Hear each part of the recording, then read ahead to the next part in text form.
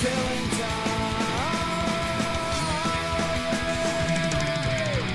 I can't believe there's not be some way to break through.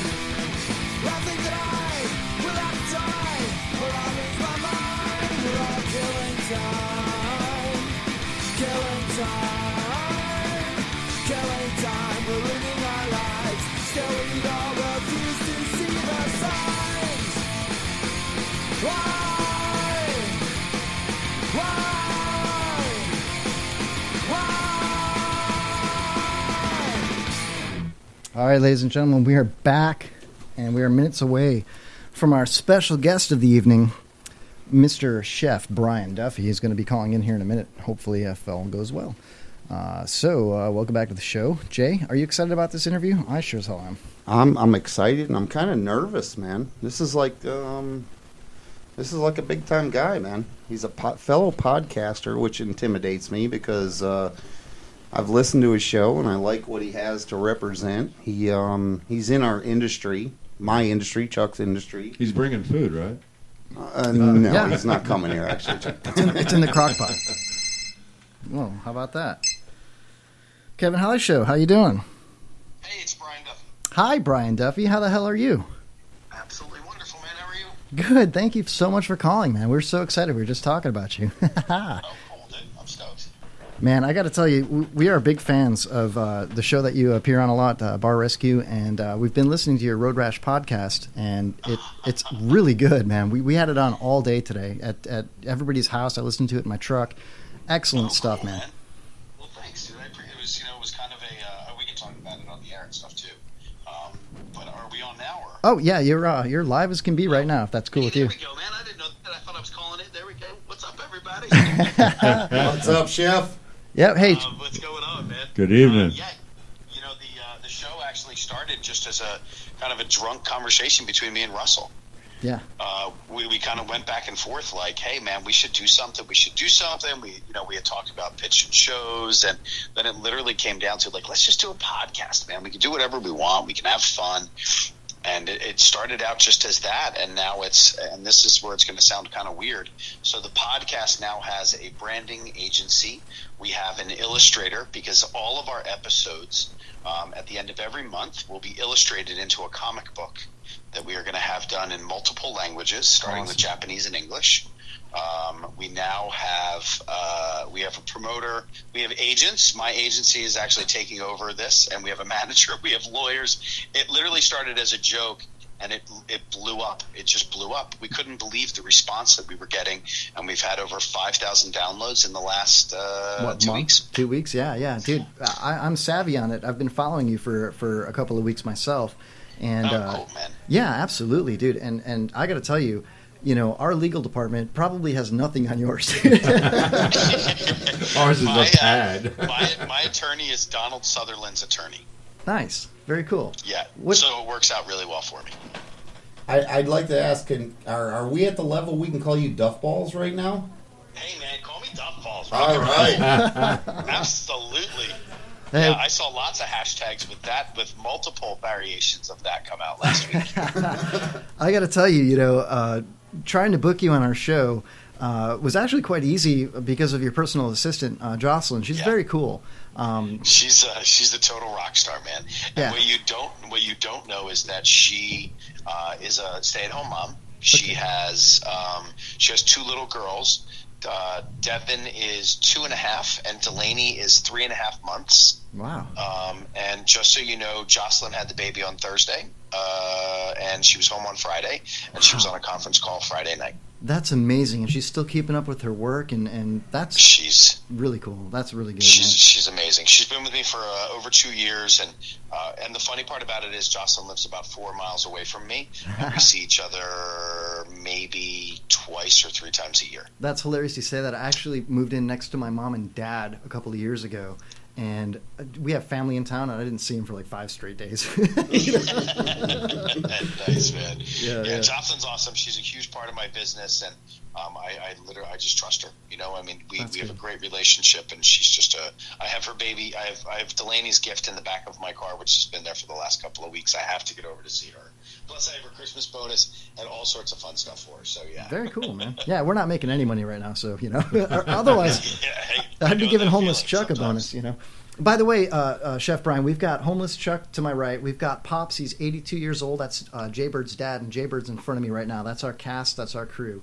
We're I all love here. it, Yeah. man. That's awesome. Thank you. Yeah, we're all big fans. Chuck and Jay and I all worked together on the Sponge Docks in Tarpon Springs, and about 4 years has passed now, and that's where we got the idea to do something with comedy. Whether it's a podcast or a YouTube channel or something like that. So to be able to incorporate the restaurant industry into our comedy shows is fantastic. But to be able to get somebody like you to call in and interact with us, we're super stoked about it, man. I got to say thanks so much, man. It's so cool that you Well, called in. it is absolutely my pleasure, and this is what I say to whenever I meet people that I really like and they do stuff like you guys do. Anytime you guys start talking about food and you want to call me, you guys have my number. All you guys got to do is give me a call. Dude, Text thank you. me about 2 minutes before, and I'll hop right on and have fun with you. I have Awesome. a lot of friends in radio down in Tampa and down in St. Pete and on. all that stuff. So yeah, I do some radio. I love it, man. Dude, I'm gonna wear you out on that, but you're gonna be like, all right, you're the chief. 5 o'clock. Jay's gonna be trying to throw something in the crock pot. You're gonna want to know what to throw in the crock pot, and you're gonna give him a call. All right. Well, what did I do today? Today I went to the grocery store, went to Whole Foods this morning, and I got 2.5 pound brisket. I got a 12-pound pork shoulder. And so the pork shoulder's been in the smoker since about 11 o'clock this morning, just with a little bit of my spice on it. And then I smoked my brisket for 4 hours. Then I just finished off in the oven, man. We did some really nice roasted garlic beans, Wow. did a little quinoa and some wild rice for dinner. It was good. Dude, you must have like the most Mac Daddy kitchen at your house. No? Not at all. And if you guys ever watch my Facebook videos, I actually have a really old, really outdated kitchen. I have an electric stove. We've got I live in a house in the suburbs of Philadelphia, and the kitchen was the last thing that we did. So That's there's crazy. nothing in the kitchen at all. There's nothing in there. It still Now, gets when you hot. go outside, that's a different story. I've got a 6-tier Bradley smoker. There you go. I've got a big barrel grill. I've got sous vide. I've got a whole sous vide station downstairs in my basement. So yeah, we have some fun around here. Well, listen, Chef, I was listening to your podcast earlier today, the Road Rash podcast, and once again, everybody, we're talking with Chef Brian Duffy, famous from Bar Rescue, and the Mac Daddy brand new podcast called the Road Rash Podcast. I was listening earlier, and you and Russell Davis were talking about bringing out a signature dish or a signature drink so that you could refamiliarize your staff with something that's either been on the menu for a long time or something that's new. And my question to you is how important is cost control compared to educating your staff? Is it worth burning up some food or some liquor so that the staff can experience it and get familiar with it again? Or I've worked for some restaurants where they say nobody cut the lemons real thin or something like that. What do you think about that? Well, I listen to restaurants talk about upselling all the time. So what do we do when we talk about upselling? We bring in a wine purveyor who's going to come in, and they're going to bring in 15 different wines for our staff to try. So we're going to teach them what a Malbec is. We're going to teach them what a Pinot is. We're going to teach them what a Cab is. We're going to teach them what a Zin is. We're going to teach them all these different wines and all this other stuff.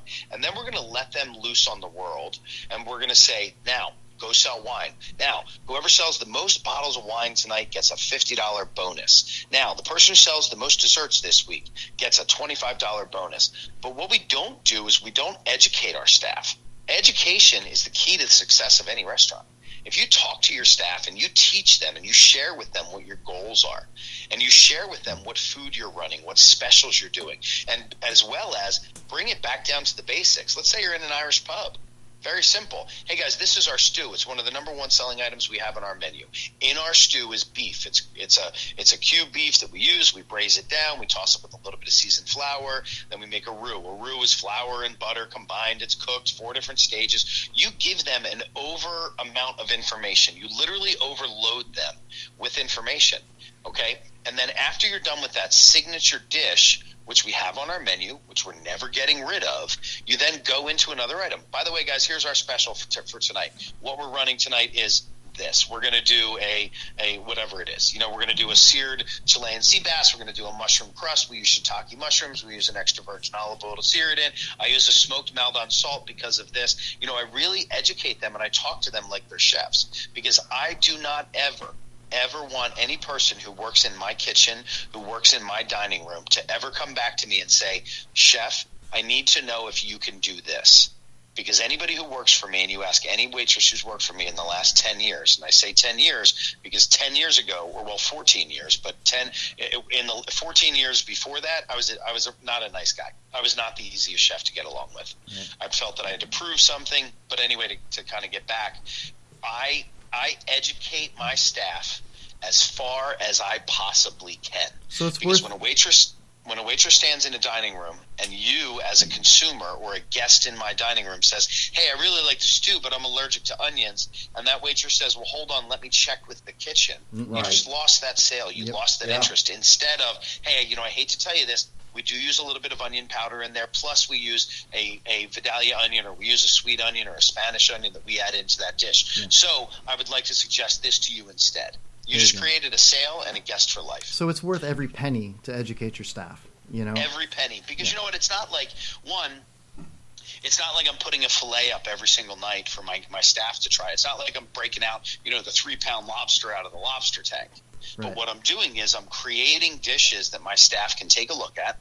I'm educating them at the same time. And for me, I like to do one classic item that's on the menu, a signature dish, whatever that signature dish is. And then I like to do the features that we're running for the night.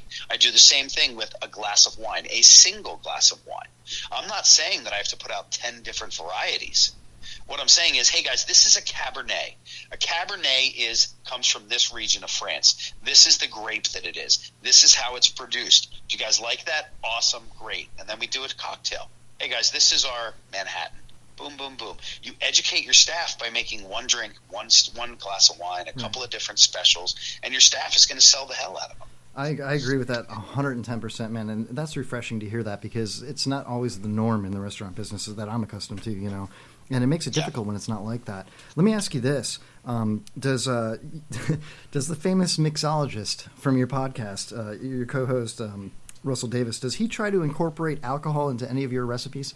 Well, what usually happens is I end up just throwing back the cocktails that he's making and come up with a really awesome late night drunk dish. No, and do you know what's really funny about our relationship is the fact that, one, we haven't seen each other in a long time. We haven't seen each other in probably 2 years. No way. So, yeah, we just have a great friendship. We met on the set of Bar Rescue when we did a show in North Carolina.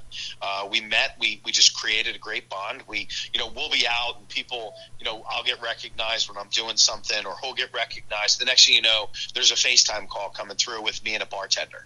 And I'm like, Russell, here you go. And he always obliges me, man. He has always, every late night FaceTime call that he would get, I think he knows that I'm either calling just to say, hey, what's up, brother? I love you. Or I'm going, dude, I got a hottie bartender standing right behind me, and she's dying to know that I really do know who you are. So, That's awesome. But what's happening is we're actually heading out to Reno next week. So Russell and I have a project that we've partnered up with owners of a restaurant out in Reno, as well as with our branding company, and we are rebranding their entire restaurant. So I'm not going to tell you the name of the place right now, but it's under #Reno Project. So if anybody wants to follow that, please feel free to do so, and you're going to get to see the whole progress and the whole progression of what it is that we're going to do. We're doing a massive transformation. So I will guarantee you this: I will be drinking a multitude of Russell's cocktails while I'm in Reno. All right, Jay. I'll probably throw some wings in the fryer or something, and he'll be cool. I'm sure, right? Yeah. All right. So, Brian, I just want to ask you, Chef Duffy, I just stepped out and called you Brian. Chef Duffy, I understand. Man, have fun. I heard that you like Budweiser beer. The This is the famous Budweiser beer. We know of no other brand produced by another brewer. It's cost so much golden age. Our exclusive Beechwood aging produces the smoothest of taste and drinkability you will find in no other beer at any price. But do you know what Budweiser beer, what the label actually means?